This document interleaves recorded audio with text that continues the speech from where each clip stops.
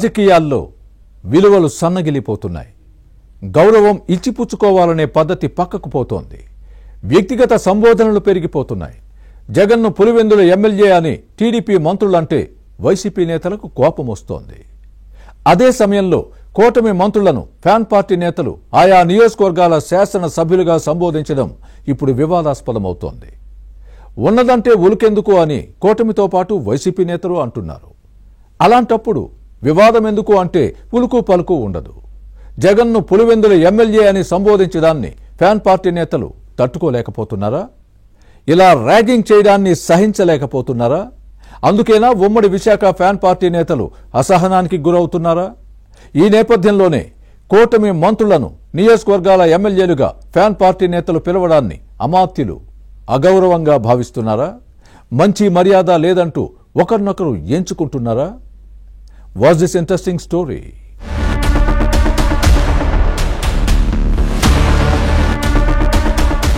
గత ఎన్నికల్లో why not 175, why not Kuppam అని విర్రబిగిన వైసీపీకి ఓటర్లు కర్రు కాల్చి వాత పెట్టి 11 సీట్లకే పరిమితం చేశారు.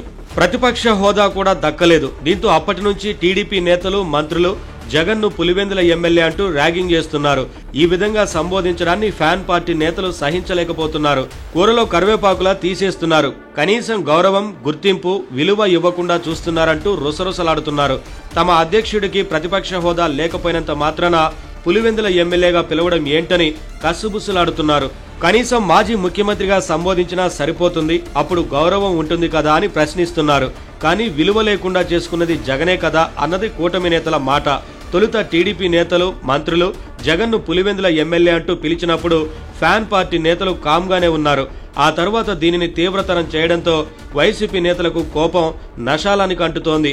ఇక అప్పటి నుంచి ముఖ్యమంత్రి చంద్రబాబుతో పాటు మంత్రులను ఆయా నియోజకవర్గాల పేరుతో పిలిచి తమ ప్రతీకారాన్ని తీర్చుకోవాలని ఫ్యాన్ పార్టీ నాయకులు నిర్ణయించారు. ఈ క్రమంలోనే శాసన మండలి వర్షాకాల సమావేశాల్లో ముఖ్యమంత్రి చంద్రబాబు నాయుడును కుప్పం ఎమ్మెల్యే అని వైసీపీ ఎమ్మెల్సీ రమేష్ యాదవ్ చేసిన వ్యాఖ్యలు తీవ్ర వివాదానికి దారితీసిన విషయాన్ని ప్రస్తావించుకోవాలి. ఈ కామెంట్స్ ను రికార్డుల నుంచి తొలగించాలని కూటమి సభ్యులు, మంత్రులు డిమాండ్ చేసిన విషయాన్ని గుర్తుపెట్టుకోవాలి. అయితే ఇక్కడే శాసన మండలిలో ప్రతిపక్ష నేత బొత్స సత్యనారాయణ తన చాతుర్యంతో వివాదం రచ్చకాకుండా ఎమ్మెల్సీ రమేష్ యాదవ్ను కాపాడారు. కూటమి ఎన్నికల ప్రణాళిక ప్రకటించే నాటికి కుప్పం ఎమ్మెల్యే అని మాత్రమే తన సభ్యుడు ప్రస్తావించారని కవరింగ్ ఇచ్చి గొడవను కూల్ చేశారు. అయితే ఈ మధ్య తరచూ కూటమి మంత్రులు మళ్లీ జగన్ను పులివెందుల ఎమ్మెల్యే అంటూ పిలుస్తున్నారు. కూటమి నేతలు చేస్తున్న ర్యాగింగ్ కు చెక్ పెట్టాలన్న ఉద్దేశంతో మంత్రులను వారి ప్రాతినిధ్యం వహిస్తున్న నియోజకవర్గాల ఎమ్మెల్యే అంటూ ఫ్యాన్ పార్టీ నేతలు పిలవడం ప్రారంభించారు. ఇక అనకాపల్లి జిల్లాలో బల్క్ డ్రగ్ పార్కుకు వ్యతిరేకంగా కొద్ది రోజుల క్రితం వైసీపీ రాజయ్యపేటలో నిరసన వ్యక్తం చేసింది. హోంమంత్రి అనిత ప్రాతినిధ్యం వహిస్తున్న పాయకారావుపేట నియోజకవర్గంలోనే రాజయ్యపేట ఉంది. టీడీపీ ప్రతిపక్షంలో ఉన్నప్పుడు బల్క్ డ్రగ్ పార్కు ఏర్పాటును వ్యతిరేకించిన అనిత ఇప్పుడు సమర్థించడాన్ని ఫ్యాన్ పార్టీ నేతలు తప్పుబట్టారు. అయితే అనితను హోంమంత్రి అనకుండా స్థానిక శాసనసభ్యురాలు అంటూ మాజీ మంత్రులు బొత్స సత్యనారాయణ, గుడివాడ అమర్నాథ్ పదే పదే ఉచ్చరించారు.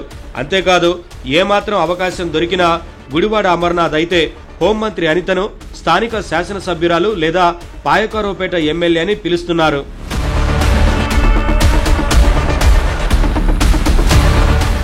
మరోవైపు కూటమి మంత్రులను ఎందుకిలా అవమానిస్తున్నారని గుడివాడ అమర్నాథ్ను మీడియా ప్రశ్నిస్తే తమ అధ్యక్షుడు జగన్ను తరచూ పులివెందుల ఎమ్మెల్యే అంటూ తెలుగుదేశం నేతలు, మంత్రులు మాట్లాడుతున్నారన్న వాదాన్ని వినిపించారు. తమ నేతను తక్కువ చేసి అవమానిస్తున్నారని, అందుకే తాము కూడా మంత్రులను వారు ప్రాతినిధ్యం వహిస్తున్న నియోజకవర్గాల ఎమ్మెల్యేలంటూ పిలుస్తున్నామని బహిరంగంగానే చెబుతున్నారు.